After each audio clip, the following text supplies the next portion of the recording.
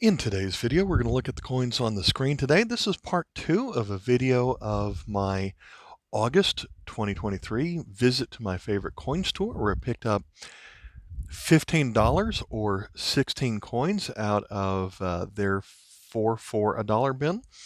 The part 1 of this video, the combined book value of all the coins was $28.40, and we're going to see if we can beat on that today, see if we find a little bit better than the first one. But let's go ahead and jump in and get started. We're going to start with a coin from Liberia.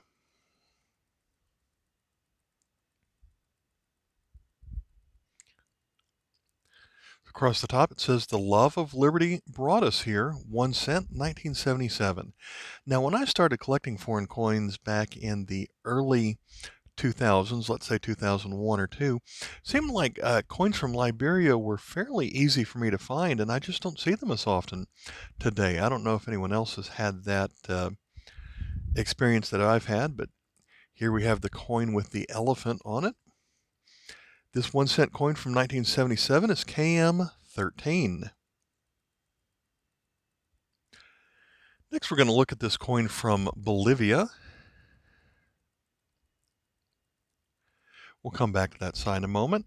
But at the time, the currency of Bolivia was the Boliviano. And so this is one, or un Boliviano, from 1951. And it says, "La Unión es la fuerza," around it here. But we go back to this side, and we have the scene that is seen on a lot of Bolivian coins. We've got the sun with the rays coming out, a mountain peak in the background, a tree. I guess that's a llama in front of it. But I had this coin, but it looks like this coin has some kind of, I don't know if you'd call that a die crack or what it is, but if you look from the C in Republica over through the B of Bolivia here, there is most of the die cracks I've seen have been kind of a straight line. I am not an expert in errors, but I didn't even notice this one when I picked it up originally, but I see it now on here. So if you know more about die cracks or what you would call that, let me know. This one is KM184. As Turkey was starting to go through some hyperinflation through the 80s, 90s, early 2000s, they made a lot of lira coins with a higher denomination to them. Here is the coin with Ataturk on this side. This one is a 2,500 lira from 1992, I think that says on here. As it turns out, I've found several of the 1,000 and the 5,000, but I never found a 2,500 before. So I thought that was interesting. Only books for a quarter, but it is KM 1015. I just thought it was interesting that I found the others from this time, but not this one. So I wonder if this one was in a fountain for a while or something. It seems to have corrosion around the the letters here, where it has "Turkey Come Here Yeti" written on the side, a couple of looks like chain links or something. So just weird the way that one has corroded. Coins from Ukraine have a pretty good collector value right now. I don't know if it's people are more interested in the country ever since they've been through their war with Russia, or if they're just a little bit harder to come by. But here we have a one that's called a hryvnia, and it's in Cyrillic, so I can't read that. But the English translation appears to be hryvnia, or hervnia, I guess. This coin is from 2001, and it books for $2.50. Flip it over, and a lot of the Ukraine coins, we'll have a look of this one. This is coin KM8B. B means that it is aluminum bronze. A is brass. And so this is another coin that has some writing on the edge. There's the year of 2001. And so I'm not going to be able to read the rest of that. Of all the countries that make up the euro, Luxembourg is a little bit harder to find, but as I picked up a few 50 pence or 50 euro cent coins, I included this one from Luxembourg, or as they call their country, Luxembourg. This one's from 2004. This one's going to be the 50 euro cent. This one is KM80, and since it's a little bit of a rare country, books for $1 instead of just the foreign exchange value.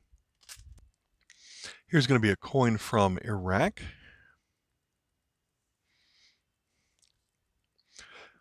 On this side, we have the monarch, which is Ghazi the First.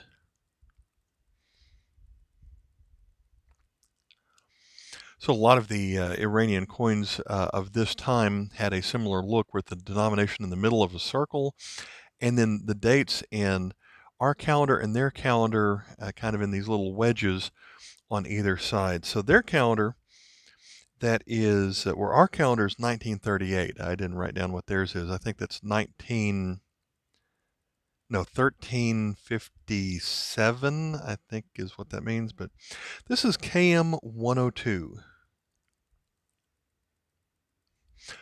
So as I sometimes stumble across coins with higher foreign exchange value, let's pick up this coin from Denmark. Now, we already had another coin from Denmark with Margrethe II. This one's from 2002 and is a 20 kroner coin. So this is, I believe, a 1-year circulating commemorative coin, but just in foreign exchange value, 20 kroner equals in US dollars $2.84. In book value, the numismatic value on this coin is $4. It's going to be KM 889, and this building is the Aarhus City Hall, and it was only made for 1 year, and I don't know if I'm pronouncing Aarhus right or not, but there you go, tall building here. I guess that's some clouds in the background. Next, we have a coin from New Zealand. I tend to pick up this coin every time I find it. It's a larger circulating coin. This one's from 1984, and it's the one that features the sailing vessel, the Endeavour.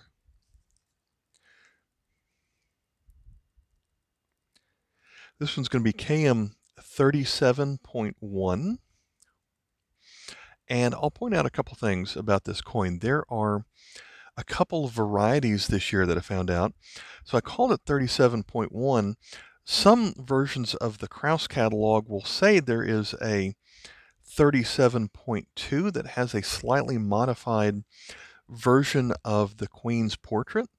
On that version, I don't think it has the folds right here over the shoulder, and it also lists as having fine hair and bushy eyebrows. And so I didn't actually find an example of that, but that variety was only made for a couple of years, and apparently that has been removed from some of the catalogs. But there's also a variation on the back here.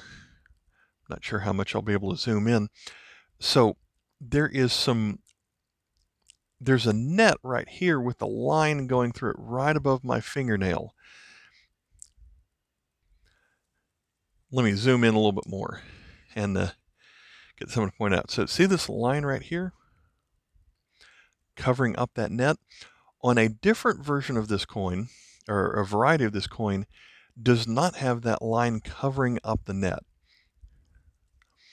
So I thought that was an interesting variety here, but this coin books for 35 cents.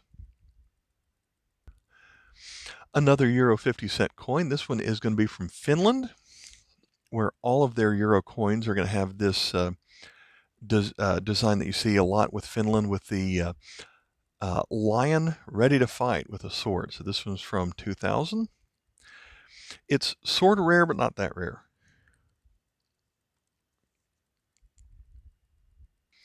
One of the more popular coins from Egypt that is modern will be this bimetallic coin with King Tut on it. So that's a very famous symbol of Egypt. Flip this one over, and it is the 1 pound coin. Our calendar 2008, the Arabic calendar 1429. This is KM 940A, and the A means that the bimetallic part of it has different metals on it. This one is an all steel in the middle with brass plated over the middle and nickel plated over the ring. The older version of this coin did not have any steel and was all brass in the middle and all nickel on the ring. So you wouldn't know that unless you cut it open, but I think they had they started making that change in the middle at the beginning of another year. So it's not like you're going to have to cut it open to figure it out for sure. Now for an older coin from Egypt, we have this one here, has some kind of green goo baked onto it. When I picked this up, I thought it was going to be from Afghanistan because it has some symbols that kind of reminded me of that, but it looks like we've got a large tire with some agriculture coming through it. This one is going to be a value of 20 millémes. Our date 1958, their date 1378, KM90. And this is a one-year coin honoring the Cairo Agriculture Fair. Several denominations of coins from Spain through the 90s would have a different design every year, and that includes the 25 pesetas, which has a hole in it. This one celebrates the Barcelona Olympics of 1992.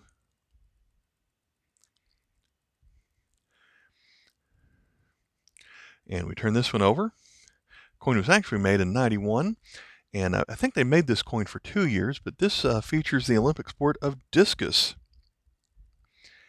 KM 850. Here's another tiny coin from Bulgaria. This was in pretty good shape, so I picked it up, although I think I already had it.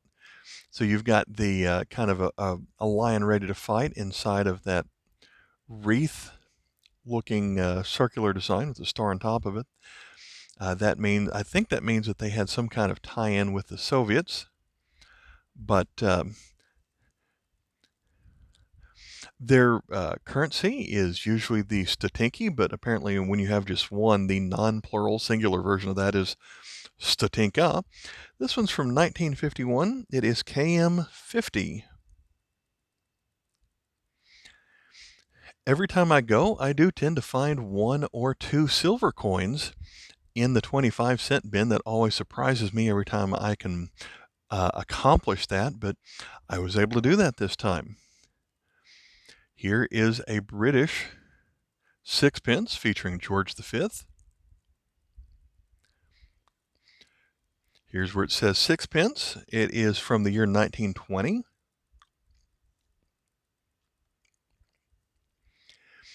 KM 815. Now, this is the year that they actually moved from sterling 92.5 to 50% silver. They actually did it during the year 1920. And so I was looking up to see if there's some guides to see how you can tell if you've got a 50% or a sterling version of the coin, and just by look alone, there is not a way of doing that. And so I'm going to have to assume this is the 50% version, which would have a spot price today of $1.05. There is a variation on this coin where the rim is a little bit thicker, but that doesn't happen until 2 or 3 years after this.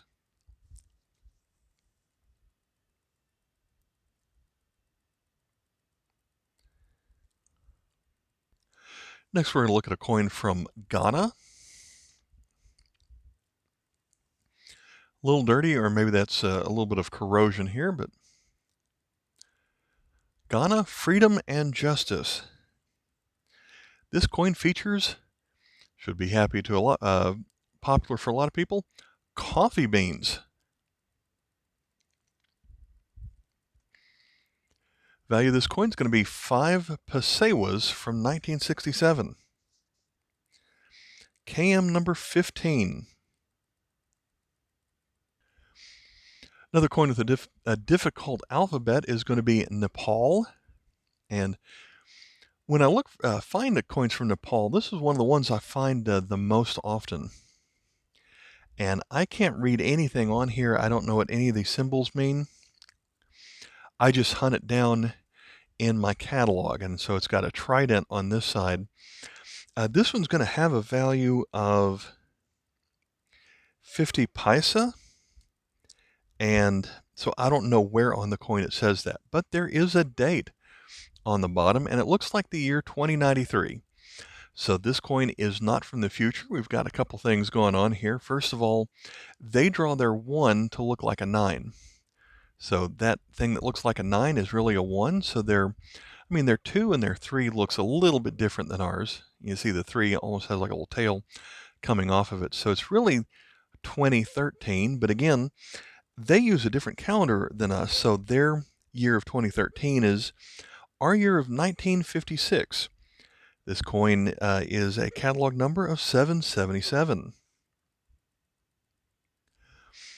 Another coin with a difficult to read set of numbers on it is from Thailand, but on some of their newer coins, they have the numbers that I can identify. So here is the 50 for this 50 satang coin. There's the 50 in their numeric system, which is a lot difficult to read. I still cannot figure out the date on any of these, but apparently this is called the Soy Sutep Temple. We flip it over and we have King Rama the ninth. Since I can't read the date, this coin was made between 2001 and 2008. Catalog number of Y203. Next, for another coin that has a variation, we've got a coin from Greece that is going to be this 5 drachma coin. I believe this coin was only made in 1930. Kind of an interesting look of an eagle here. I really like this design. Almost looks like an eagle on fire, maybe. And so I took Greek in school a long time ago. Don't remember any of it other than I would know that this is says that the words here, the Hellenic democracy. But let's take a look at the variety on here. There's no mint mark, but there is one difference here that I'm going to again see if I can zoom in, see how well we can see this here. So the variety has to do with the berries right here. And I'm trying to hold this against the light so we can see it better. Of these two berries, the dot in the middle of the top one is easy to see. The dot below it, can you see that? Tiny little dot. And that just means it's kind of a little dimple or divot into the coin on here. So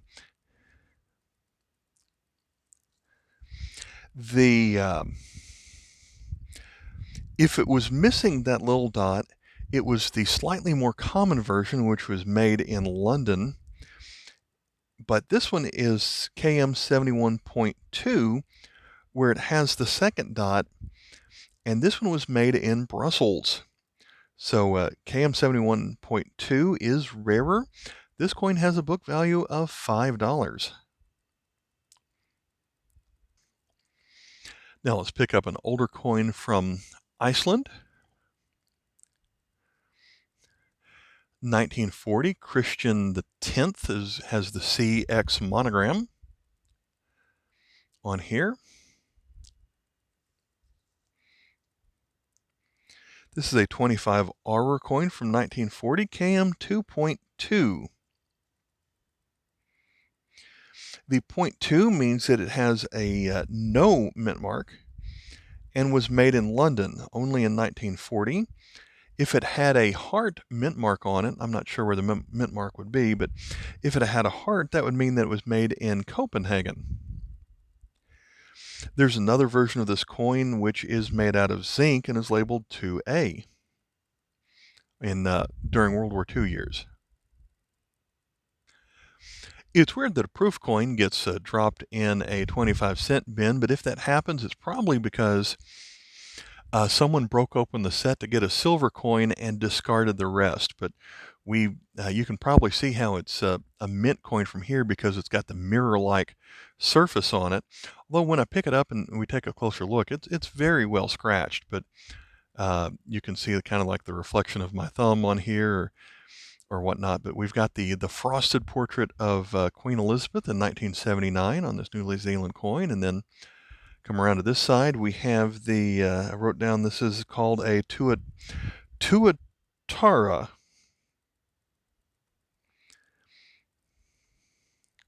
This one's going to be KM34. So, wish it wasn't scratched up, but if it wasn't scratched up, it probably would have been selling for, let's say, $3 or $4. And it wouldn't be in the quarter bin. But kind of neat to be able to find something like that for a cheap price. Right after World War II, Yugoslavia had a series of coins that they only made for 1 year. All of them were made out of zinc. This one was the smallest denomination one, I believe, of 50 para. This zinc coin has corroded quite a bit, so it's kind of tough to see the date of 1945 on here.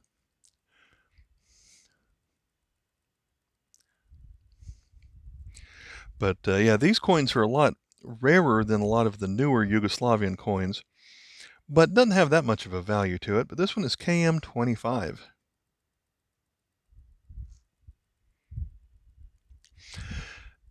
Next, we're going to move to Peru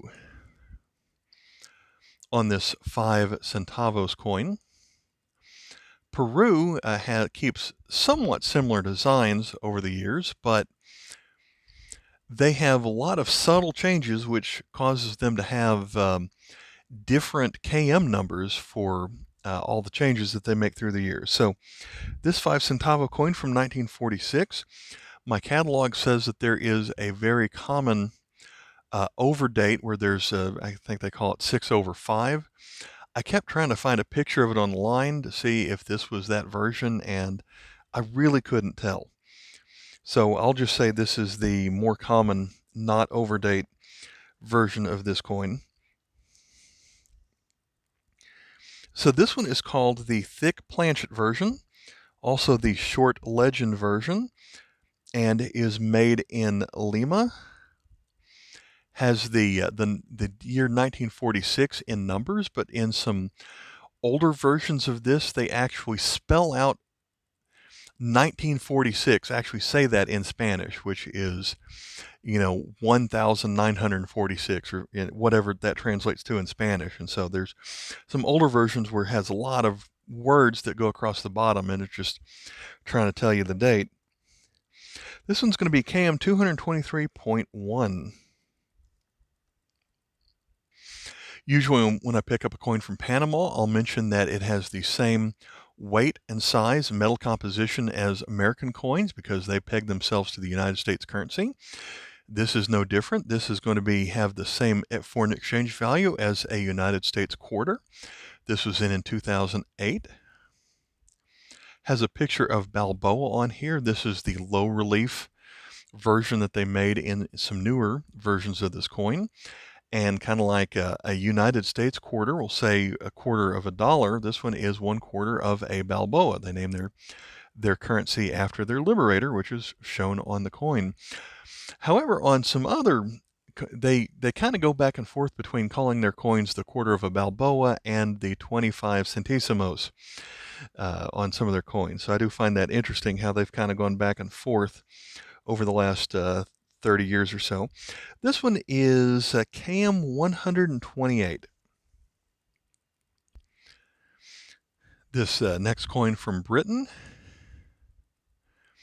has probably been cleaned, featuring George V. 1931. This one's actually going to have, not all the coins will have the denomination on them, but this one does. It says farthing. A farthing is 1/4 of a British penny and about 1/4 of the size of a British penny. This one's going to be KM 825. Then we're going to move to this coin from Romania in 1924. Pretty good shape for a coin this old, almost 100 years. Bun Pentru, 1 leu. Leu is the denomination here. This one's going to be KM46. This one has a mint mark of a thunderbolt here at the very bottom. That means the thunderbolt means that it was minted at the Poissy mint. Also, the ones at Poissy were made with a thick planchet. This coin in this condition books for $4. So we're now down to some old and corroded and well-worn coins that took a little bit longer for me to be able to figure out. This first one here actually wasn't too hard. It says 1/4 Anna, and since I know that the Anna is a denomination in India, I then soon realized that under all of this corrosion, it does say East India Company around the top of this. So that's going to mean it's a British-controlled India coin. Flip it over and see some of the design here. It's pretty old. It has a date of 1835. It's such a dirty, corroded coin that I'm not going to give it much of a value, but it's still interesting to pick up something like this anytime you see it. There are a couple of variations of this coin, and the most common one is how large the letters are for 1/4 Anna. This is the larger letter version, so it's 446.1. The two at the bottom of my screen did take me a while to find them in my catalog since they are both well corroded, but you can see that they have from here anyway, they sort of have a similar looking portrait on them. As it turns out, both of them are from the Indian princely state of Gwalior. We're going to start with this one. Both of these coins are going to come from the reign of Javaji Rao. Both these coins are going to be 1/4 of an Anna, just like that last India coin. So that is the portrait of Javaji Rao on here. Come to the back here, and it has a date that if it wasn't so corroded, you would see the date of 1999 on here. On our calendar, that is 1942. And something I found interesting, in the middle of the shield right here is a snake. Well, this coin has a couple of varieties that have to do with the snake. And this symbol is very well worn, but right here, this symbol along the edge is supposed to be what's called a coiled cobra. So if you have the coiled cobra version, this is KM 178.1. That symbol is missing, and there's another cobra right here. Again, well worn, but if it's not there at all, then it's the 0.2 version of this coin. The next one is even older. The portrait is a little bit different, but it's still Javaji Rao.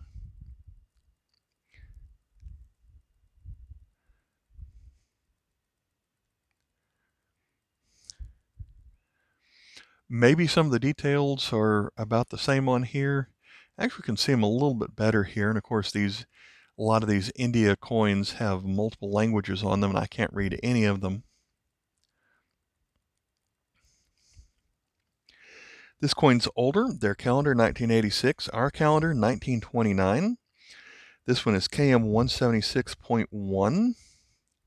Again, it has a variety, and the variety has to do with the nose on the coin. So this nose sticks out a little bit more. The other and so that gets it the 0.1. On the other coin, the other version of this coin, it's flatter and is referred to in the industry as either the crude nose or the pug nose. So it just shows that the coin was made in a cruder manner. Our final coin today is going to come from China, where they used this design of coin for about 1,000 years or so. So this is a 1 cash coin. These two symbols, left and right, usually say the same thing, but the top and the bottom tell you who the monarch is. And this time it's going to be Emperor Gaozong, who reigned over China from 1736 to 1795. This specific coin was made in 1736 through 39. The catalog for this is the Hartle catalog, where it has a number 22.201. Flip it over and you have the mint mark here, which is the most common mint mark on these coins, which means it is made by the Chinese Board of Revenue.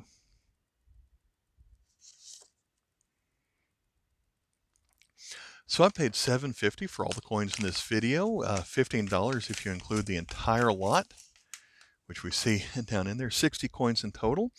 Video 1 had a combined book value of $28.40. This time it was $27.90. So about the even value split between the two. The combined value, add them both together, $56.30. So always love going to my favorite coin shop in Nashville, and I've been doing it that way for 20 years, where I will go in and just go home, write down the combined book value of everything I pick up and write it on this piece of paper. All right, thanks for watching. Bye.